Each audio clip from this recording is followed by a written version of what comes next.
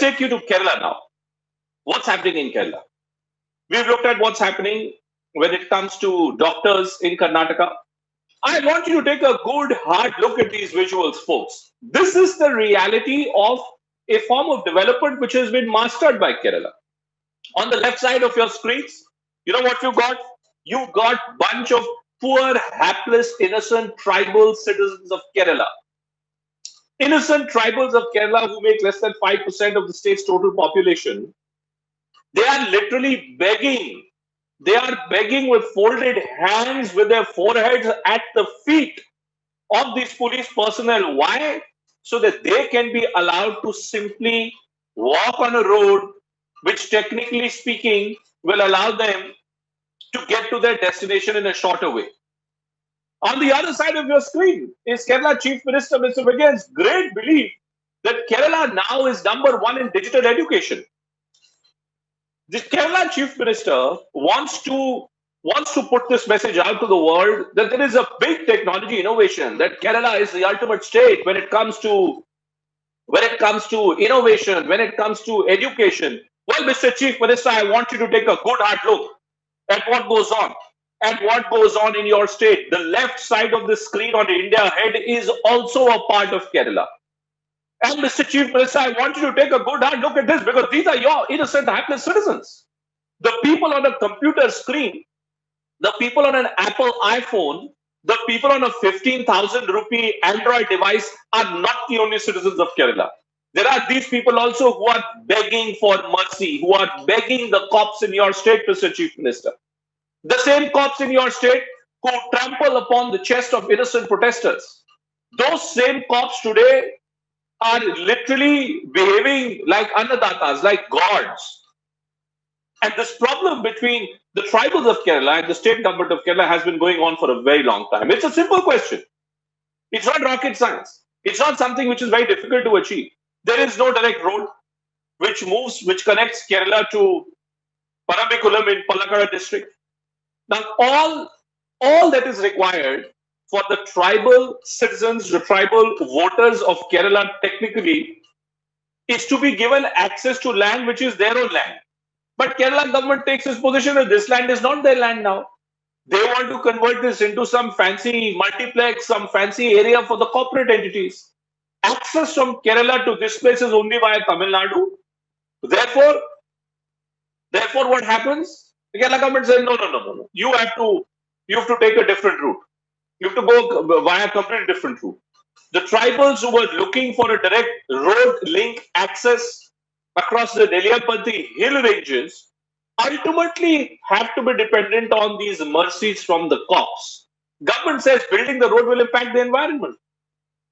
When it comes to taking over Adivasi land, taking over tribal land for building a nuclear reactor, there is no problem. But when it comes to giving them a simple road access, there is all kinds of problems.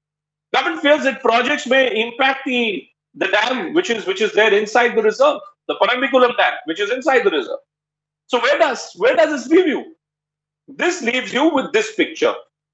This leaves you with this picture where poor Adivasis were forced to build a road on their own, because the Tamil Nadu government will come to them. Tamil Nadu elected lawmakers have been visiting this place only and only to score some political points against the Kerala administration.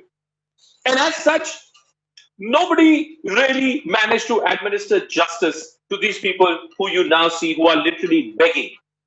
This is the problem with development in India, folks. And that is why we have to take a good hard look at exactly what goes on in India in large parts of the country when it comes to development.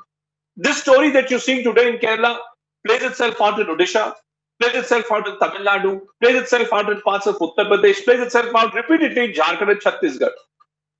And if I was to make this argument that nobody is looking after the interests of tribals beyond the elected vote banks, then people will say that I'm making some kind of an argument which is esoteric. That this is an argument which is supposedly anti-development. I want development. By all means, I want development, folks.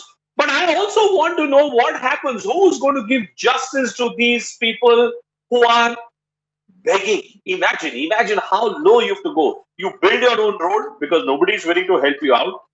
And then with folded hands, you go down when you ask these cops that please let us simply go on a road? Is that what the process of development has really been reduced to? It just beats me. It just beats me exactly why and how would any political administration in any state, whether it is Kerala or it's Tamil Nadu or any other state, exactly how would that really be happening? Well, I got K. Siddhartha, who's an environmentalist, and Kevin Sunny, who's an activist as well. Kevin, first to you. This debate has been going on for a very long time. Very long. Jahangir Razak is there as well, who's also a High Court advocate. But I will just begin with Sunny just to get the facts right. This debate between Kerala government and Tamil Nadu government, with tribals literally at the focal point of it, has been going on for a very long time, Kenny. Exactly why would the cops be asking these people to go on their feet, to be begging them like this? If the road has been built by these individuals, why would the cops be thinking in terms of preventing them even at this stage? Bhupen, the problem with the road here is, first thing, you cannot see this in black and white. This is not a black and white issue. This is, I am being fully compassionate with the need of the tribals here. But having said that, the problem here is not between, choosing between the right and wrong. It is about choosing between which law to break or which law to implement. Because this land where the tribals build the road, that goes through a protected territory, and it might cause. So our way ahead should not be this. The way ahead should be one of inclusiveness, wherein the government should work together. Both the Tamil Nadu government and the Kerala government should work together. But Kevin, have they built this road or not? But Kevin, have they built this road or not? Tell me. This road has been built. If the road has been built, and the tribals themselves are building this road, and I'm sure that they would be following the precautions which are there. I mean, what kind of damage can you inflict if you were to build a road of the kind that we're seeing right now? Please tell me, Kevin. So the damage here is, once this road becomes public access, what happens is it is a protected reserve with a lot of flora and fauna. And who will answer to the damage that is being caused? But see, that doesn't mean these people shouldn't get their roads. They should get their roads.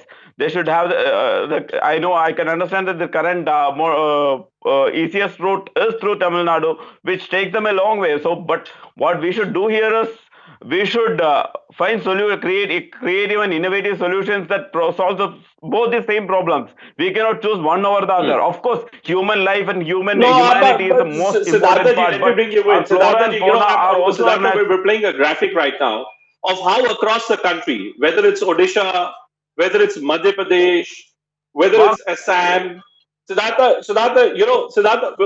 in every state, the story has played itself out.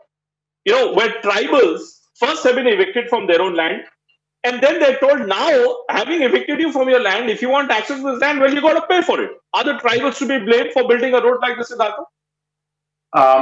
If you ask it ethically, not. See, one of these things that the tribals have done is going to be completely out of ignorance. They are passionate about it. They have heard tales of people cutting through the rocks and building roads. They have come to know about the people who have built canals through it. So they thought that if the government is not doing, we are going to do that. From that perspective, it's a passionate work and activity. Now, they are unmindful of the fact that it is a protected area and the type of damage it can go to inflict on the forest region, bring a lot of pathogens from outside, going to accelerate erosion in this region, and also going to bring a lot of people in this region for the purpose of some nefarious design.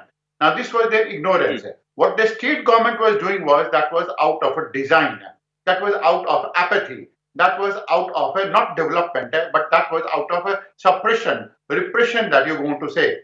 Now, there are going to be two difficult issues. One is concerning environmental ethics, and another is going to be talking about environmental governance. Now, both of them, in this case, in both of these cases, the government has been a culprit, not exactly the tribal people at all in this case.